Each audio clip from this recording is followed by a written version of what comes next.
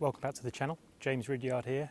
Balls test as promised on Twitter and Instagram. A few weeks ago I did ask the question, which balls should I be testing? And I've whittled it down to 5 because there's a limit to how much I can do within the time frame and make the video short enough. So we've got the TP5X from Taylormade, Srixon Z-Star, Pro V1X, and the Torby XS from Bridgestone, and the Callaway Chromesoft X, which didn't come with a sleeve, unfortunately. Still brand new though. Going to use a brand new wedge. I want you to look at this as the meeting of the rubber and the road. Right, the wedge is the road.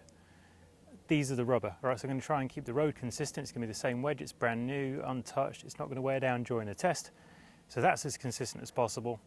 We can use a GC quad to measure impact location, club speed, loft delivered, attack angle, all the variables to try and make sure that we can compare apples to apples and not apples to oranges.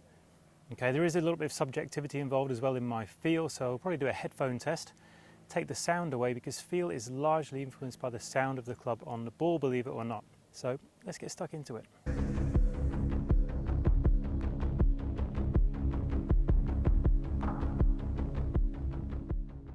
So let the test begin. Lovely 60-degree Vokey. It's an SM6. It's been sat in my garage for a couple of years. No corrosion whatsoever, perfectly clean. We're going to start teed up just because I want to take the grass out of play, make sure there's no moisture gets in there to kind of influence the spin results in the flight. Let's get cracking.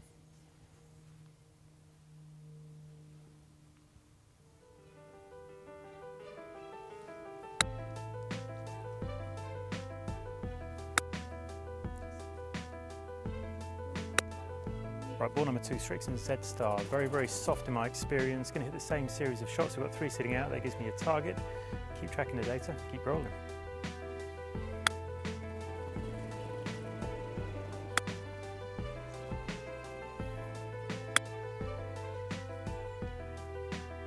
Let's move on to the Pro V1X.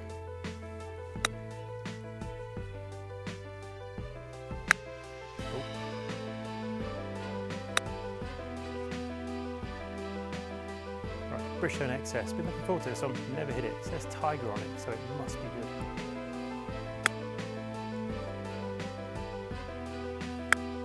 Hit it clean.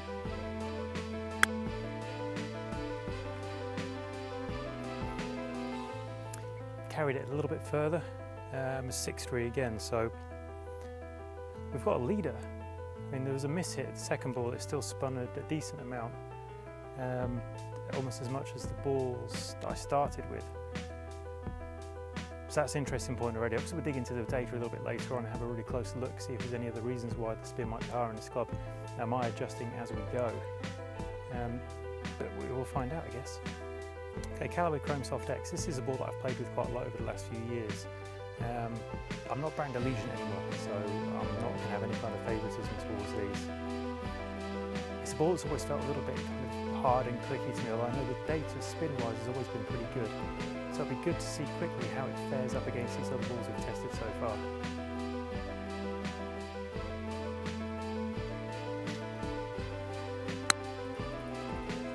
See, right off the bat, the sound is just firmer. The spin's good, right, 6-2. My question is going to be, is it carried further because the ball speed is higher, or if I just hit it harder? So I need to look at the club data too. That should be better.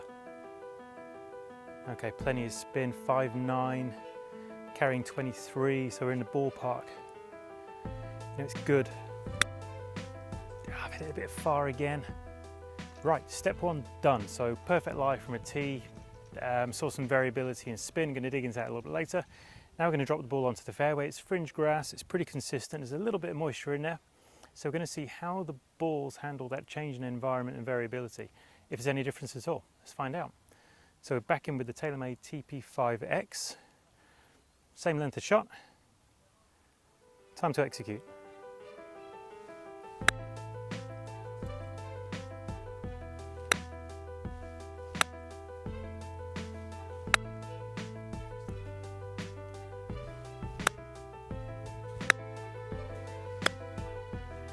Bounce that one. Okay, so just hit the Srixon. Strikes 1 and 2 are pretty good. Strike 3 kind of bounced it in there a little bit. It struck as well, but the spin still stayed up.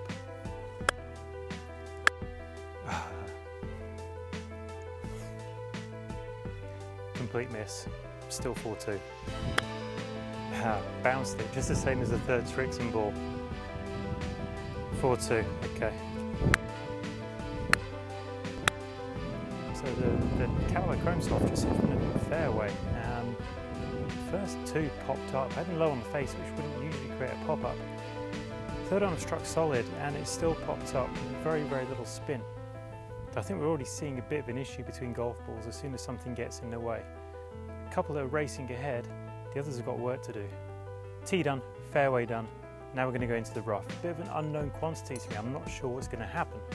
So I'm going to work through the balls in the same order, record the results. Anything that I feel is off or outliers, I'll repeat the test. We'll see what we get.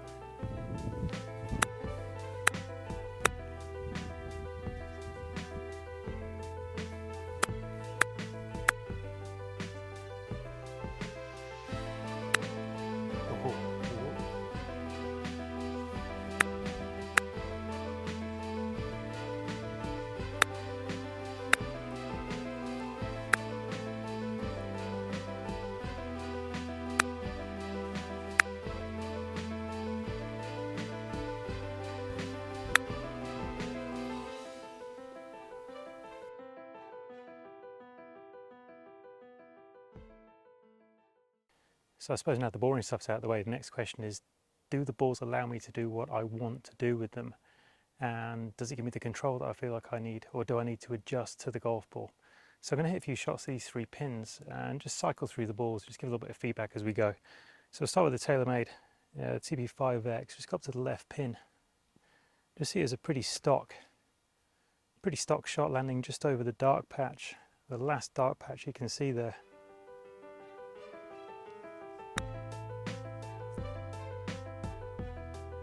It felt like it came off a little bit quickly. You can see it just feeding down past the hole. Let's go Srixon. So I'm going to try and play these as normally as I can and not adjust ball to ball and try and correct myself. Almost impossible, but you know, best intentions and all that.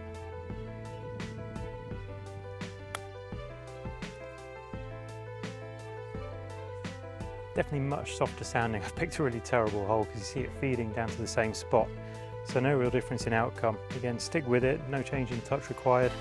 To me it felt like it was going to spin more, but that's purely down to the sound. With my interpretation of soft sound generating more spin.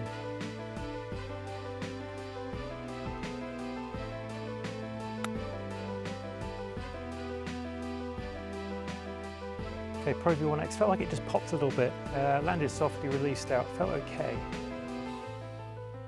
Okay, we go Tiger Ball. Eternally known as the Tiger Ball.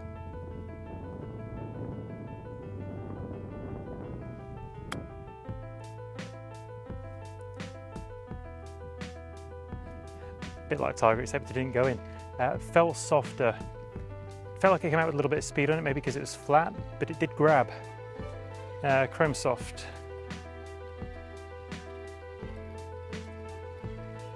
Make sure the lie is as close as possible. That was just set down a little bit. Let's try and get things good.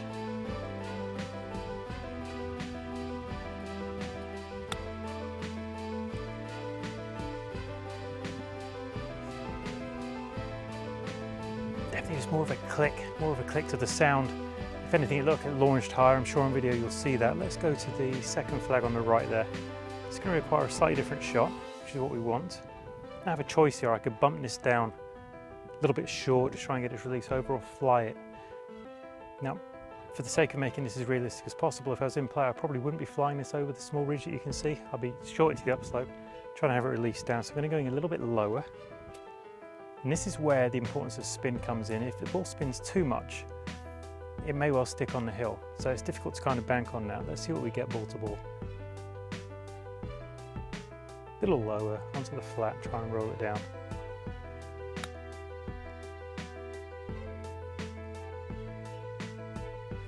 Okay, not bad. Hear it gripping, it's nice.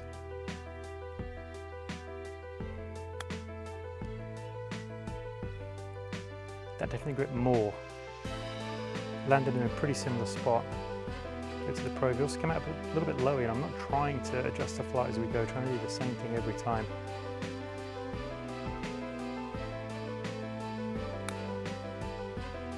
Just just landed that slightly shorter.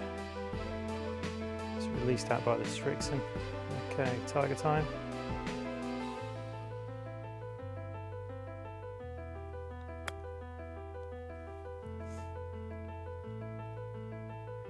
If anything, I just bounced that a little bit. Felt like it took a little bit of spin off, but still gripped. I go with the Callaway. Again, just a little bit lower onto that flat area. Release it down.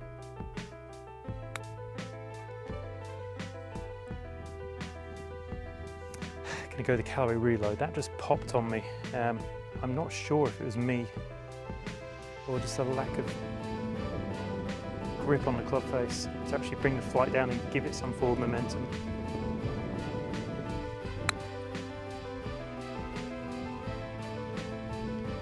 Yeah, it was me. If anything, that second one got a little bit more. Let's go and recover that Callaway ball. Okay, now let's go to this little near pin. Very delicate soft shot. Let's go to the Taylormade.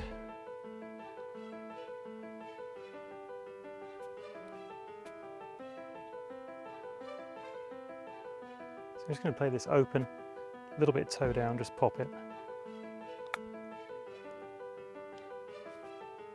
Okay. Slid up.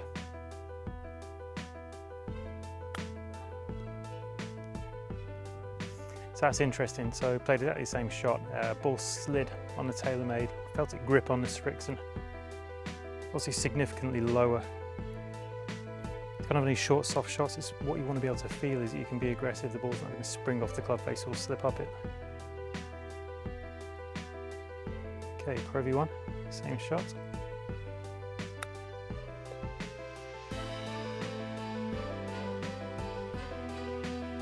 Pretty poor, just absolutely smashed it. Okay, tiger ball. A little carried away with the speed there.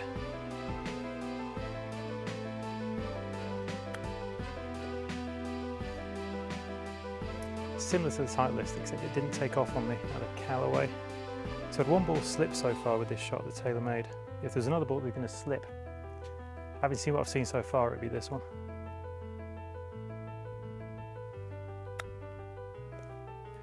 Didn't slip, just pumped it. I'm going to grab the Titleist and the Callaway again.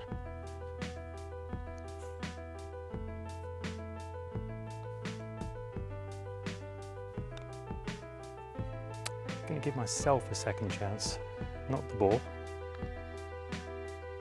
Okay, so let's make sure the lie is good. Good enough. Dial into the shot properly.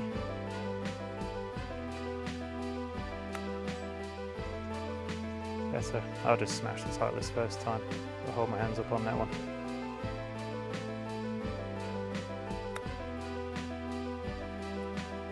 Yeah, pretty good with the Callaway too.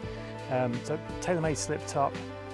Callaway felt clicky as usual, but the spin and the performance is still there. Okay, back into the back cave. Let's quickly crunch a few numbers that I think are important.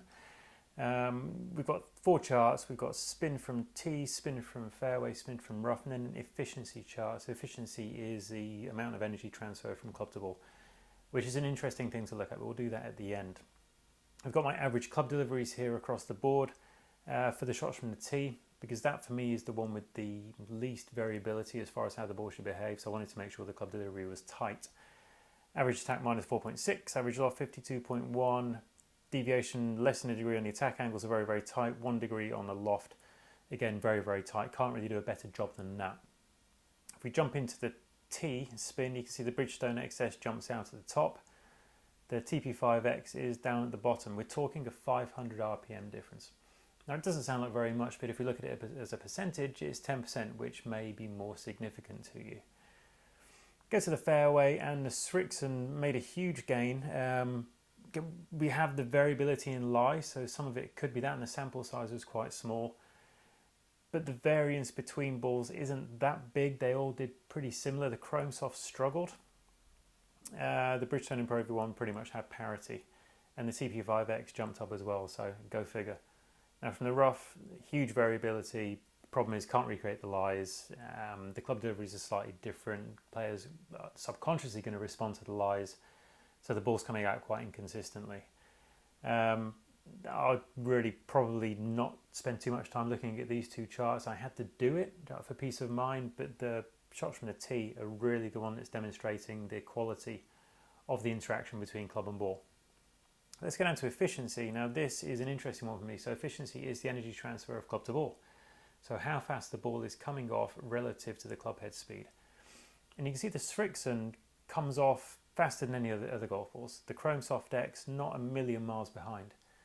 Now there is a crossover here between the touch and the feel side of it and the evidence, so how you see the ball coming off. Now the Chromesoft without doubt sounds way firmer than all the other balls. And you'll see in a moment when we do the sound test just how we are led by sound to believe it's something we feel. But the evidence here suggests that the ball does come off quicker. It doesn't come off as fast as the Srixon, which really surprised me because previous years, we go back 5-6 years, the Srixon always felt like a very soft ball to me, very slow ball. But you can see the Pro V1 is the slowest ball out of the lot. Now what that means is you can hit it harder and have the ball come off at the same speed. Harder you can hit it, more you can spin it. You're able to be aggressive. You don't have to try and feel like you're taking speed off the golf ball, which is nice. Bridgestone did pretty well there as well. 0.89 versus 0.85 or so, just over 0.85 for the Pro V, up to 0.92 and a bit for the Srixon. So again, we're not talking massive differences, more like the 5 to 10% region at the absolute max. Thing stood out for me though really was that the Chromesoft came off quick, the Srixon came off quicker. Surprised by the Srixon because it sounds soft and feels soft. Chromesoft feels firm, not a huge surprise at the ball speed. Pro V1 being so much softer than the others off the club, so much slower off the club came as a surprise. Bridgestone held its own. So we go kind of scan across the board, and I would say my favourites as far as the data goes would probably be the Bridgestone, closely followed by the Pro V1. I think they performed relatively consistently across all, and both of them you could be aggressive with your club speed, knowing the ball's not going to travel too quick. Let's get on to the sound test. Time for the sound test. Bit of an odd one. Headphones are in. Haven't pressed play yet. We've got one ball of each. I'm just going to see if I can feel any difference at impact when I've got no audible feedback. Taylormade first. Just stock shot.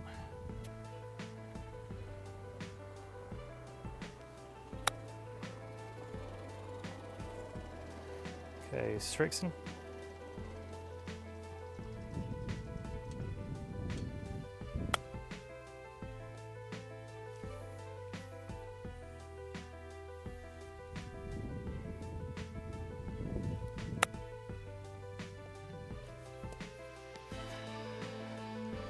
Very strike.